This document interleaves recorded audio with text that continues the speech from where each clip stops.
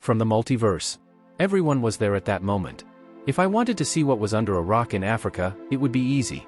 If I wanted to see what was happening in Vietnam in someone's village, it would be easy because he had this incredible awareness of all things simultaneously, which I still have difficulty explaining, but that's what I experienced there. He joined me, and it was a powerful experience. It changed my life and my understanding of who Jesus is, how the universe works, the flexibility of time and space, and how a single being can comprehend everything. And it was beautiful, strong, powerful, and transformative. Since then, as a very large person on the site, he healed my problems, my fears, my pain, my sadness, and he withdrew again, leaving me breathless, thinking, wow, what happened to me? And I mean feeling totally different. Renewed, young, full of life, and amazed. Well, I just experienced it. Then he said, okay, let's send you back because there are things I need to talk to you about. So he called me aside with some angels and began to show me things. He told me that I was going to meet someone, told me things that would happen in my life. In fact, he showed me scenes from my future as if it were a video edit of my future life, and they were short clips. He showed me patience and said, this will happen, this might happen, just small personal things that might not necessarily mean much to another person, but to me, they were significant milestones in my life.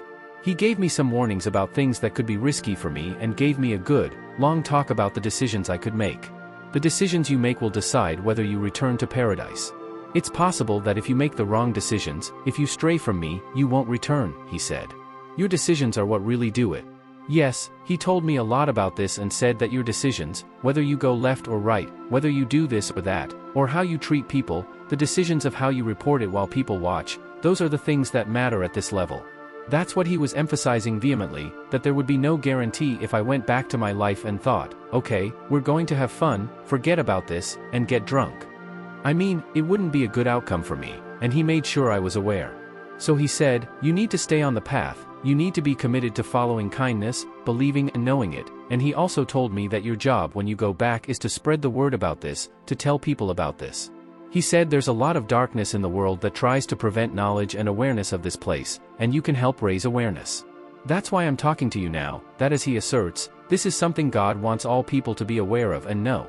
That's why so many thousands and thousands of people who are having these experiences come back and tell the world about it. At this moment, God wants us to be aware that death is not the act, that death is not the purpose we were led to believe. So after this experience lasted a while, I saw the angel flying back, and he went up to the Sir, he said the container was fine, so why did you need to send him to find out? I can understand everything I can do is communicate this to you what happened. Yes, the container is fine. So Jesus turned to me and said, all right, you can go back now. And now I felt very small. I really didn't want to leave because it was so beautiful there, it's hard to leave it behind, and if there's one thing in my life wherever you go, it's to go back there in many ways.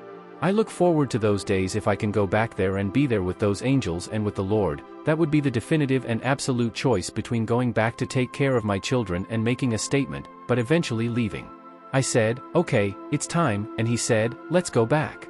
At that moment, I felt myself floating back down, and once again, I felt like I was floating in water, weightless. Then I saw a little light and went toward that light. Suddenly, with a bang, I was back in my body and let out a big sigh as if I had just come out of the water and was back, but it wasn't necessarily a pleasant sun beating down on my body again. It was like hitting concrete. It was very, very awkward and heavy, and it felt bad. It was a bleak feeling. Then there was a guy, and it was totally different. He was light, beautiful, absolutely calm and peaceful.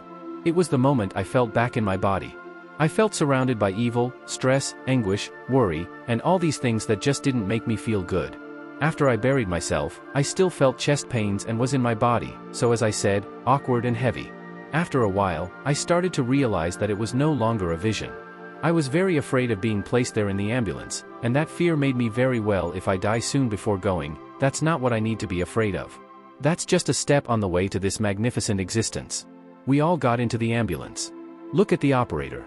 The ambulance was there, the guy with the defibrillator in his hands, he was about to do a zapping with the defibrillator.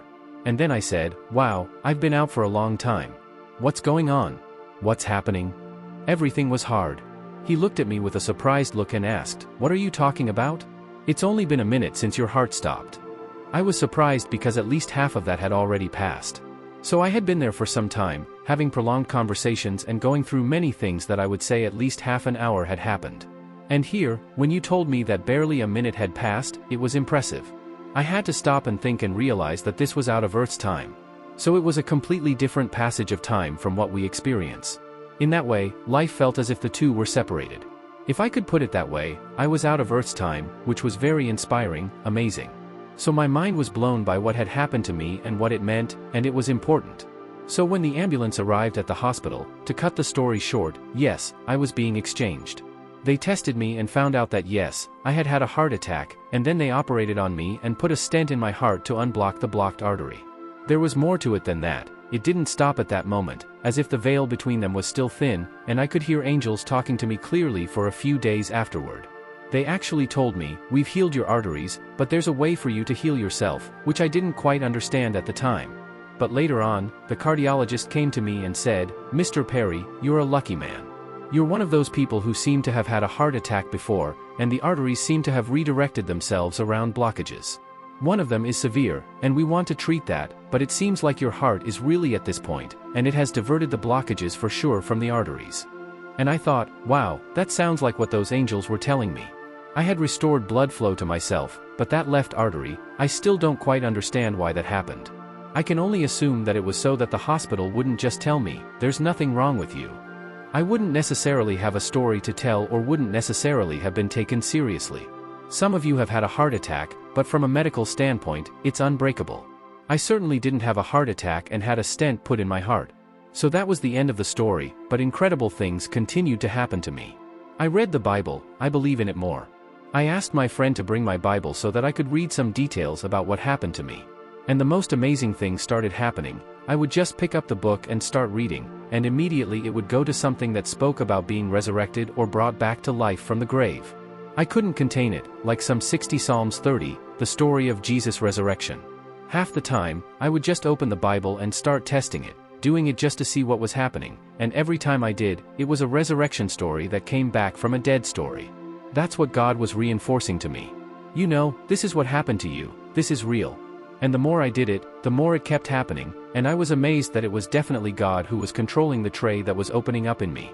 And I understand that this is the measure of control that God has, a loss of human beings even in the small physical things that happen, things that our eyes can see, things that we can hear can contain messages that are from God, traffic signs, number plates, bumper stickers, and window signs, you know, just in the exact tensions for a message to our human mind that says, this is a coincidence. But now I understand that it's not continuous. God controls all circumstances all the time where we are, our time and place, and whatever I ask is under His control and His command, and He can communicate. I was using these kinds of methods. Well, that sums up my experience, which was very powerful, and as I said, very transformative. There's much more, much deeper insight that I've had since then and wrote a book. I read the book called Ask to Be Alive, which gives much more detail about what happened to me and the consequences. It gives much more history about what my life was dealing with sleep, which was also quite significant. The book reveals everything in detail and tells the things that happened to me since then. Mostly when my spiritual senses were activated, sometimes I just have visions, sometimes of the future and of heavenly things. It's something that every now and then, when I'm in the right frame of mind, just opens up, and I become aware of that heavenly existence again and realize that we're not isolated from it. There's an overlap between them. Sometimes heaven enters into what's human, feeds our existence, and affects us how we are. All we need to do is, Are you fascinated by near-death experience, NDE, stories? Then, this is the right place for you. Subscribe now to our channel and delve into thrilling accounts, incredible testimonies, and transformative insights about NDEs. Get ready to be captivated by compelling narratives and uncover the mysteries beyond life. Don't waste time, join us, and embark on this extraordinary journey of discovery.